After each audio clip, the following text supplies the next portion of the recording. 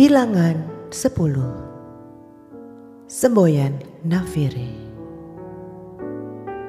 Tuhan berfirman kepada Musa, "Buatlah 2 nafiri dari perak. Dari perak tempaan harus kau buat itu, supaya dipergunakan untuk memanggil umat Israel dan untuk menyuruh laskar-laskarnya berangkat. Apabila kedua nafiri itu ditiup, segenap umat itu harus berkumpul kepadamu di depan pintu kemah pertemuan.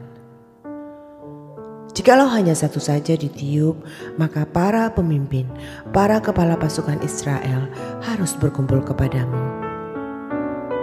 Apabila kamu meniup tanda semboyan, maka haruslah berangkat laskar-laskar yang berkemah di sebelah timur.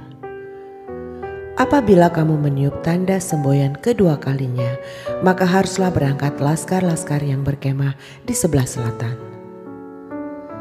Jadi tanda semboyan harus ditiup untuk menyuruh mereka berangkat. Tetapi untuk menyuruh jemaah itu berkumpul, kamu harus meniup saja tanpa memberi tanda semboyan. Nafiri-nafiri itu harus ditiup oleh anak-anak Imam Harun. Itulah yang harus menjadi ketetapan untuk selama-lamanya bagimu turun-temurun.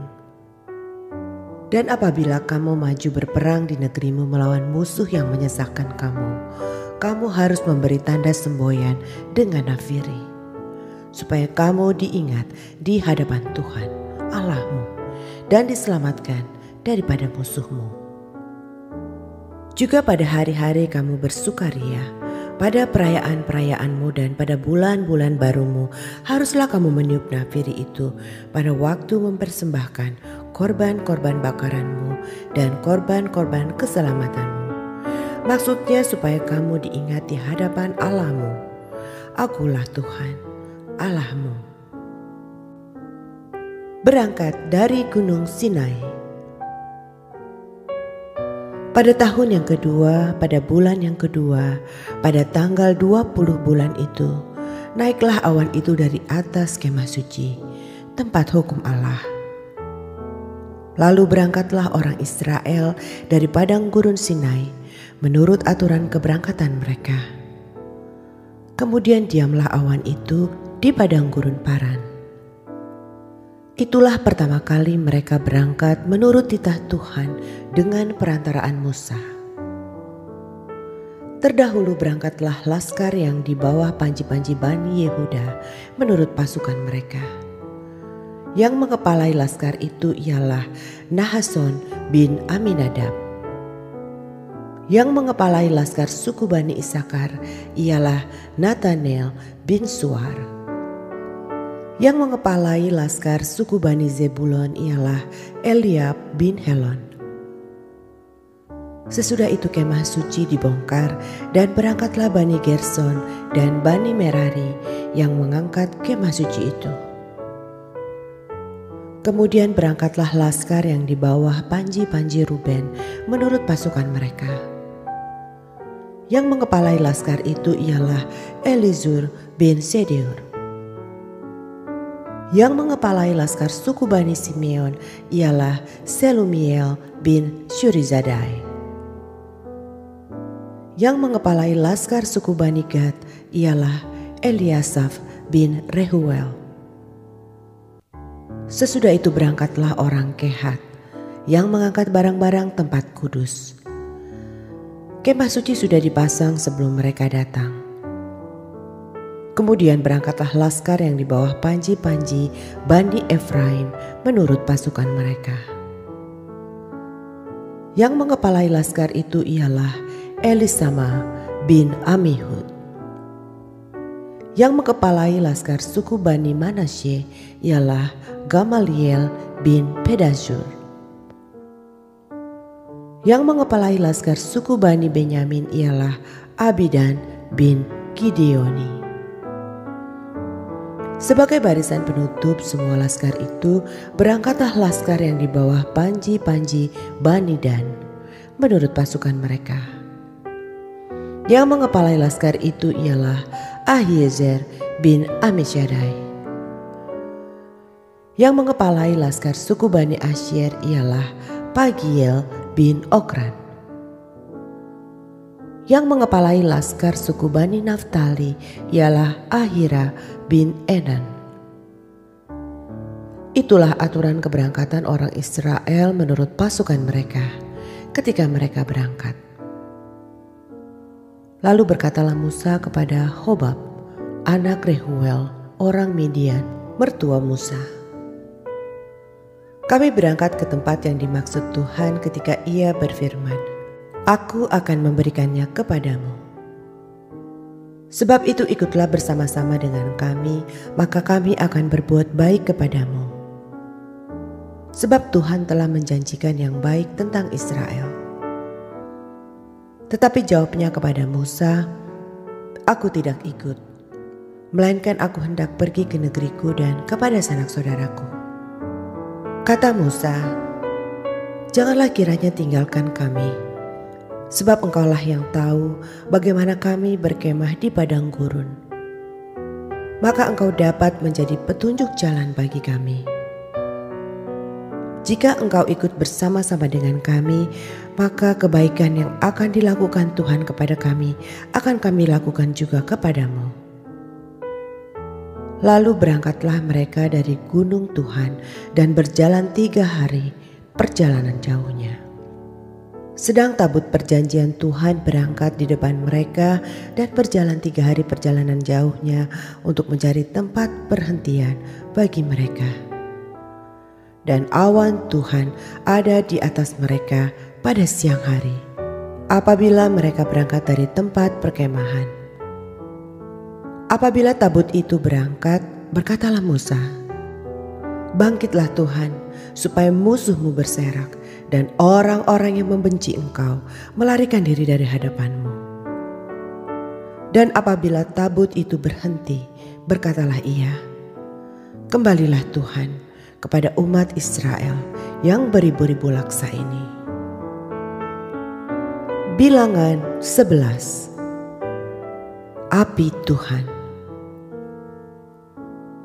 Pada suatu kali bangsa itu bersungut-sungut di hadapan Tuhan tentang nasib buruk mereka.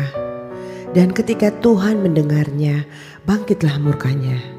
Kemudian menyalalah api Tuhan di antara mereka dan merajalela di tepi tempat perkemahan. Lalu berteriaklah bangsa itu kepada Musa, dan Musa berdoa kepada Tuhan. Maka padamlah api itu.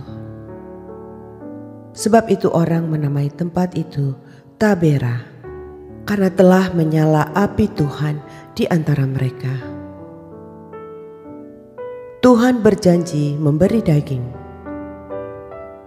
Orang-orang bajingan yang ada di antara mereka kemasukan nafsu rakus, dan orang Israel pun menangislah pula serta berkata, Siapakah yang akan memberi kita makan daging?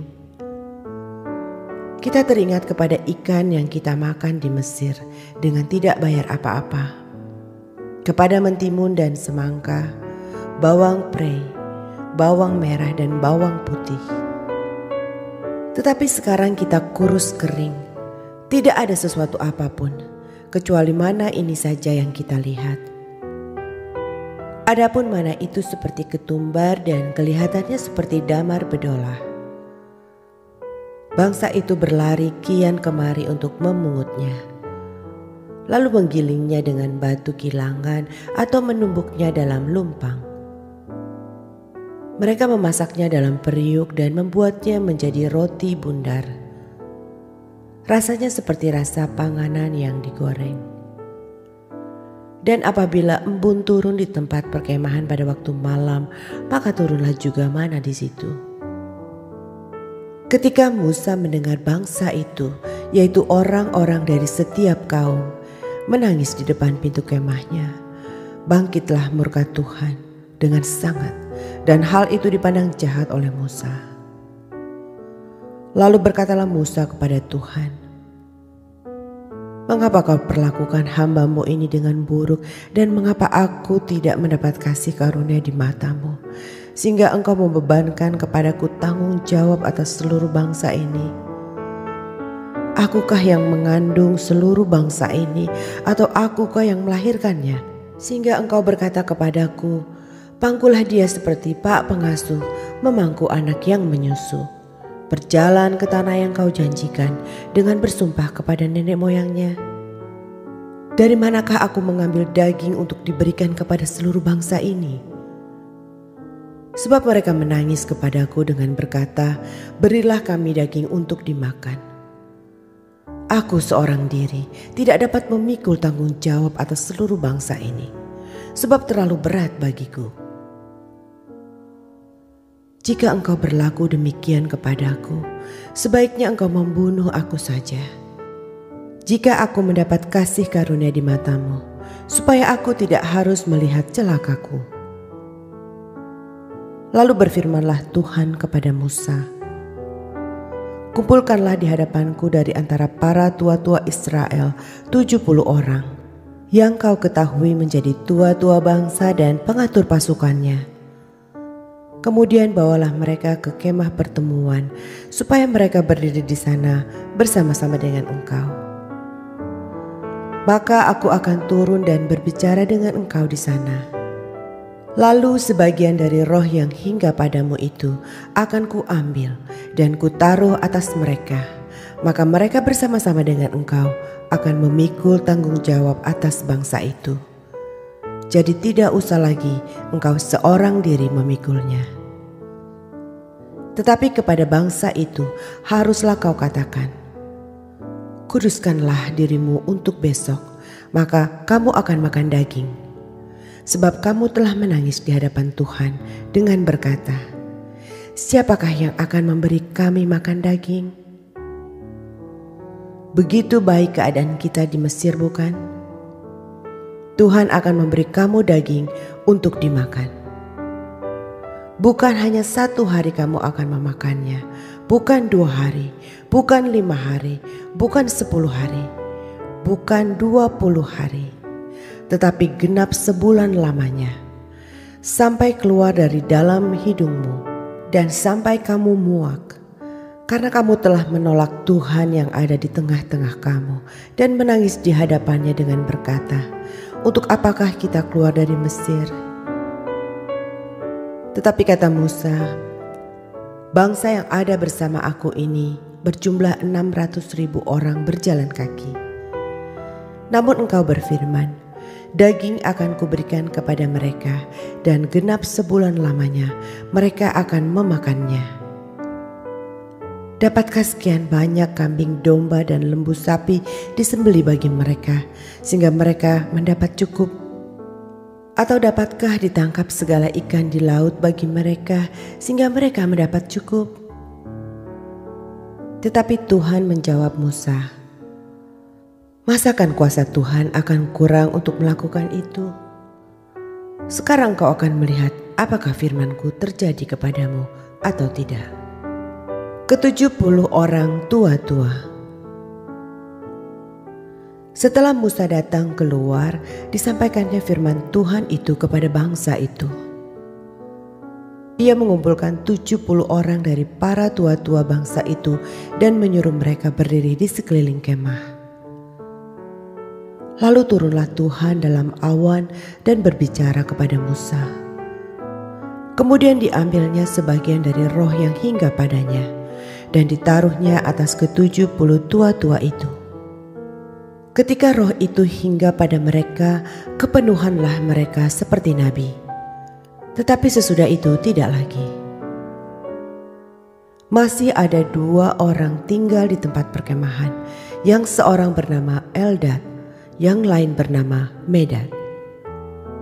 Ketika roh itu hingga pada mereka, mereka itu termasuk orang-orang yang dicatat, tetapi tidak turut pergi ke kemah.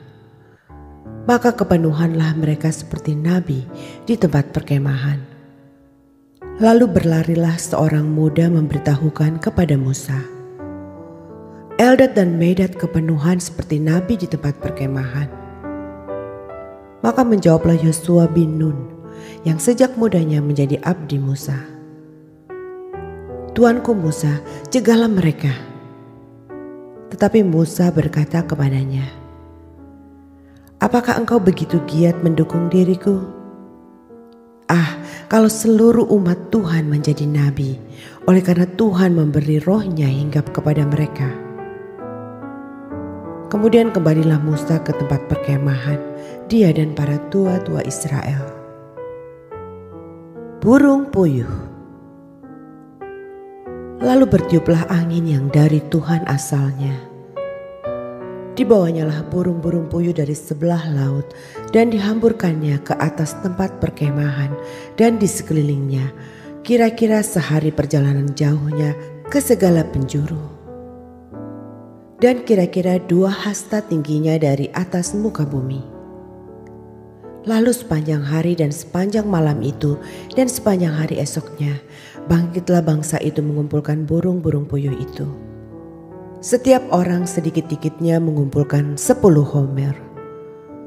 Kemudian mereka menyebarkannya lebar-lebar sekeliling tempat perkemahan.